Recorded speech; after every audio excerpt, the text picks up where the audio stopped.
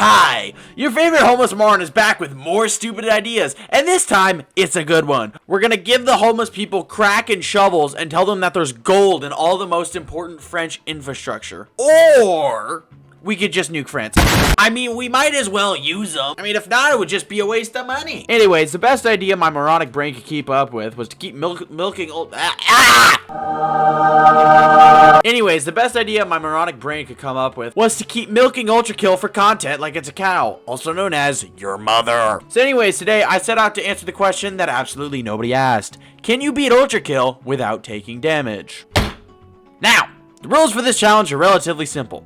Number 1, any damage taken requires me to reset to the last checkpoint. This includes damage from enemies, self-inflicted damage, and environmental damage. Environmental damage fucking sucks. Rule number 2, this run is done on standard difficulty. Why? Because I'm too much of a little baby boy to go to violent. And before you ask why this wasn't done on a fresh save file, I tried for about 3.5 hours and I couldn't get past the bosses on Prelude-4 or 5. Prelude, I think it's Prelude-4. So I mean, if you want to go ahead, you can try it. But you know, you go have fun. You're gonna get touched. You know what? We're gonna go ahead and we're gonna start the Prelude. And we're able to make it all the way through Prelude 1 without any problem. It's a very easy introduction. Prelude 2 is just a really easy intro level, so it's not a problem at all. Prelude 3, you have the Swords Machine boss fight. But after a couple of tries and some skill for dodging, he's not super hard to beat. Again, all the Prelude levels are pretty easy for the most part. And now, onto the doozy that I like to call Prelude-4. You see, the biggest danger to this entire challenge is the fact that you need a lot of space in order to be able to dodge effectively from projectiles. And when you have two massive, emphasis on massive, it gives you a really low chance of being able to dodge, and this kind of tapers with your chances of being able to complete the level.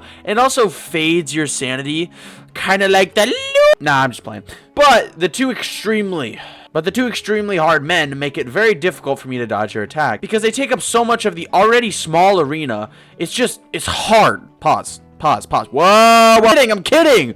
No, get away from me, P. Diddy. P. Diddy. But anyways, after some random combo with me smacking my keyboard really hard, I somehow managed to beat it. And I still have no idea how on earth I managed to do this. But you know what? We're just gonna move on to the next thing. Now, we're gonna go ahead and we're gonna get started and get into the actual game now. And now we're just gonna go ahead and get started with one of my two strategies that carry me throughout the entirety of this game. One of which is just running and praying. Now, there are some forced combat sections in 1-1. But again, they're very easy. And then we get to the end of the level, and it's time for the best strategy known to man. Baby, we got Montego, we got Gouda, we got Parmesan, we got cheddar, we got blue cheese. If you don't get it, it's cheese. You know, I kind of fucked up the joke with that last one, but you know what? We beat the level. Let's just move on, please. Now, we head on to 1-2, and I go ahead and I come up with a strategy that I like to call bouncing. And basically, the way the strategy is you slide, and then immediately after you start the slide, you go ahead and jump. And using this, you can get a giant boost of forward momentum. The only problem with it is it's really difficult to change the direction you jump. It'll just slow you down like crazy, and most of the time just get you hit. But other than that, it's a really fast strategy, and I use it to just bounce around 1-2 because there's only 2 required combat encounters in the entire level, so it's just easy. 1-3 is where you decide, like any person would, your addiction. You either choose between gambling or crack, and I chose gambling, and I'm so glad I did because all I do is win big. Anyways, moving on from that one, 3-1 is really easy. I just wanted to put in a gambling joke. Casino.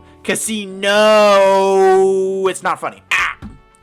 Now, 1-2 is the very first V2 fight, and while it could be very hard, I got thrown a bone here, because in this fight, you can actually damage V2 before the fight officially starts. So if you use the Fistful of Dollar, you can kill V2 before the fight even starts, making the fight extremely easy. Now, did I screw this up because I'm kind of stupid? Yes! But nevertheless, we won. Now, 2-2 is another level where we kind of just run around and hope and pray that we don't get hit.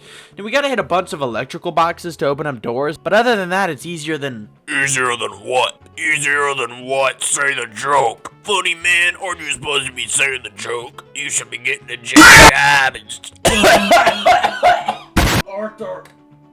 Arthur, you got schizophrenia, Arthur. No, Arthur, you're not in Fortnite.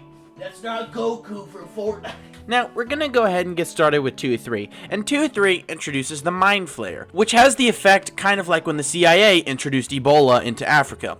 Now, despite the fact that the Africans can't deal with Ebola, does not mean that I cannot deal with the Mind Flayer. It just gives me AIDS. I think I'll pass on the AIDS, call me Magic Johnson. So anyways, on to 2-4. Where we go ahead and we fight the boss King Minos, and we're able to beat him up extremely easily. Kind of like that elderly lady I beat up in Plano County, Texas on December 13th, 2013 at precisely 11:27 a.m. Central Standard Time. The moon at that time was currently a waxing gibbous. Currently the sun, though, was just a couple degrees off from being centered. The temperature was 87 degrees with a low of 67 degrees. Anyways, on to layer 3. Now, we start 3-1 and we run into a little roadblock. You see this one area, there's a lot of enemies and it's a forced combat encounter. So it probably takes someone with a lot of skill to beat it. But,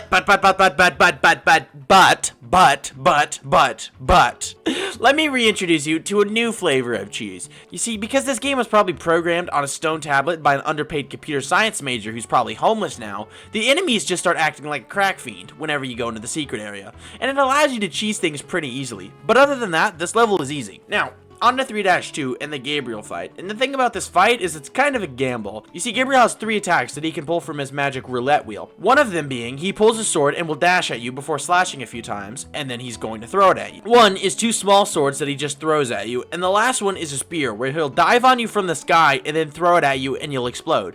Now, once you begin to understand these patterns, the fight actually becomes insanely easy. But.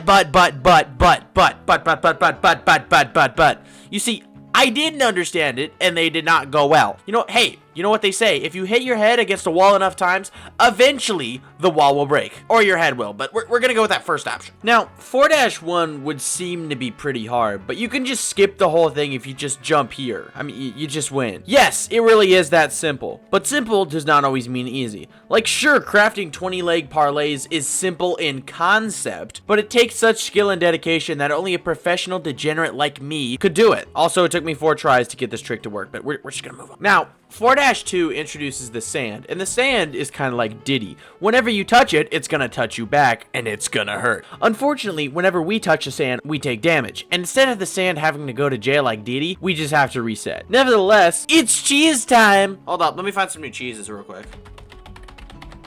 Okay, we got Munster, Hamdafog, Monterey Jack, nacho cheese, pepper jack cheese, pine coning cheese, and Prevel cheese.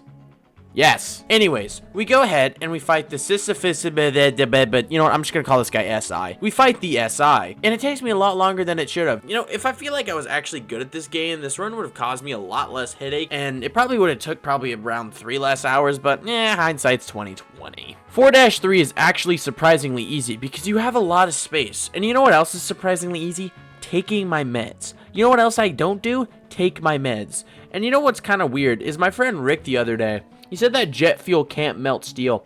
And you know, Rick's kind of a weird guy though, because he leaves me whenever I start taking those meds again. I mean, I guess he just doesn't like the meds, man. I mean, I wouldn't either. Now, onto the boss level of 4-4, where we go ahead and we have the second V2 fight. Now, after banging against my head against a metal pipe for an hour and a half, I eventually come up with something called an idea. And that idea is to get the saw blade in the level, and now, the strategy I was able to come up with is you start the fight by setting up a sock-on. And before you activate V2, you have to have the sock-on set up. And you have to make sure you maintain it while constantly trying to bring V2 into the middle and damage him. And you have to make sure to maintain the sock-on. Wait, hold up. There's an error here. It's supposed to say sock-on, but it says suck on these balls. Ah! Anyways, once you get to phase 2 in the fight, you're still not in the clear. You have to be able to stay far enough away. You still have to be able to keep enough distance between V2 to dodge attacks, and make sure to use the coins that V2 flings in the air against them.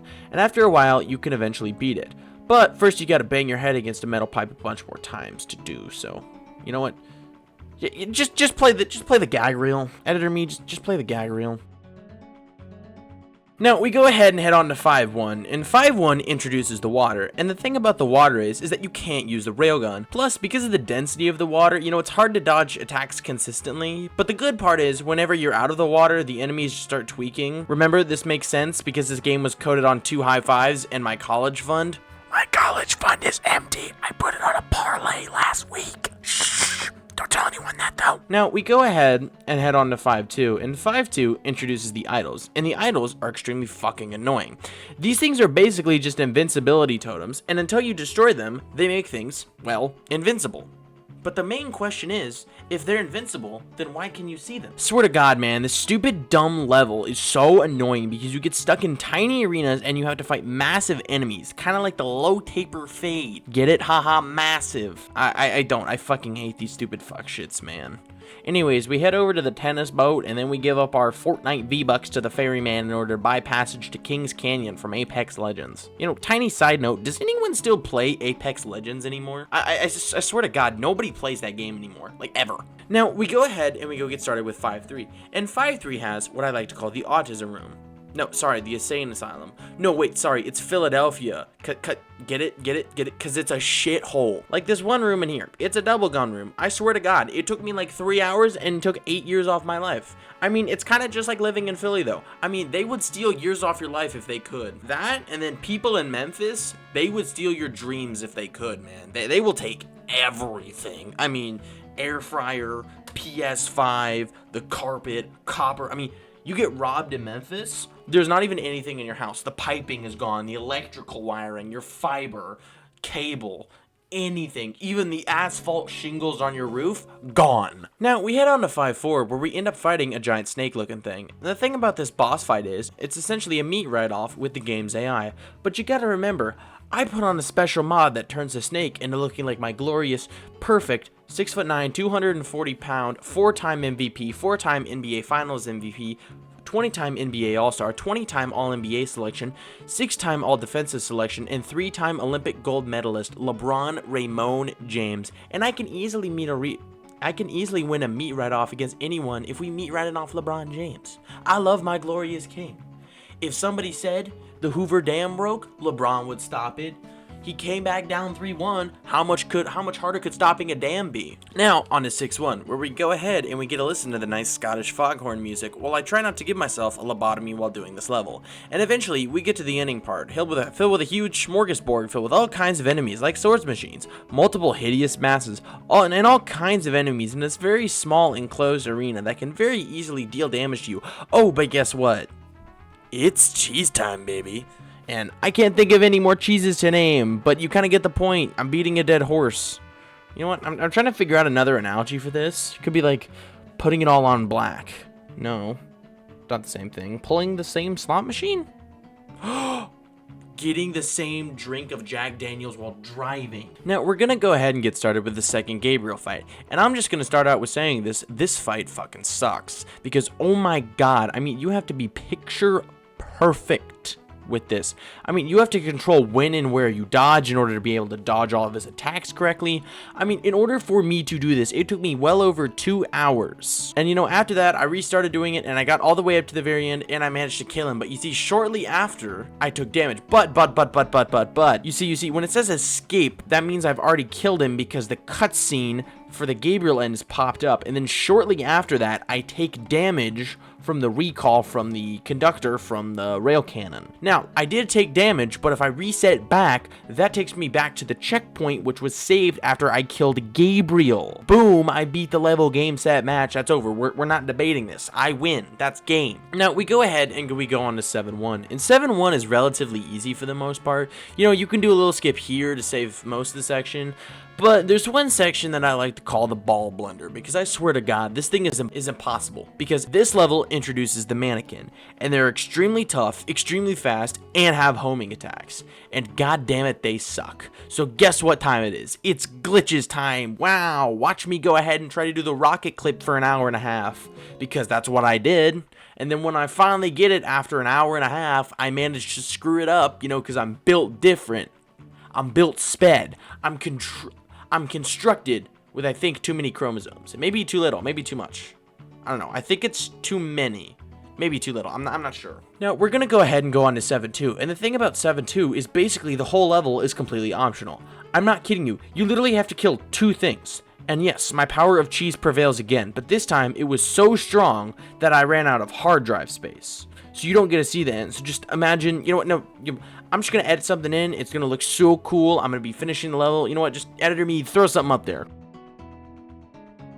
Now, 7-3 is one of those uber spooky levels where you travel into the depths of O-Block in order to put King Von's soul to rest by essentially murdering every single one of your ops until you have none left, or as I call it, Von Teasement. There's another like massive protest at the end of the level, like homeless people on crack in Los Angeles type of protest, so we use our cheese spot again, but this time our cheese spot is called income inequality. I am a terrible person. Now, 7-4 is just easy. You can skip the security system, which would be like 99% of the difficulty in this level anyways, and the rest of the level is just easy. I mean, I got no jokes about this level. I mean, I can make a joke, like that it's big. What's another word for big? Massive. You know, I could do a low taper fade meme joke, but I've already done like 4 of those already. So, you know, I'm just gonna go back to my cardboard box and go start begging for money on the streets. I'll see you guys next time. Anyways, thank you guys so much for watching this video. If you want to see more pain, suffering, and homeless man begs for money on the streets, you gotta wait 3 weeks. You freak.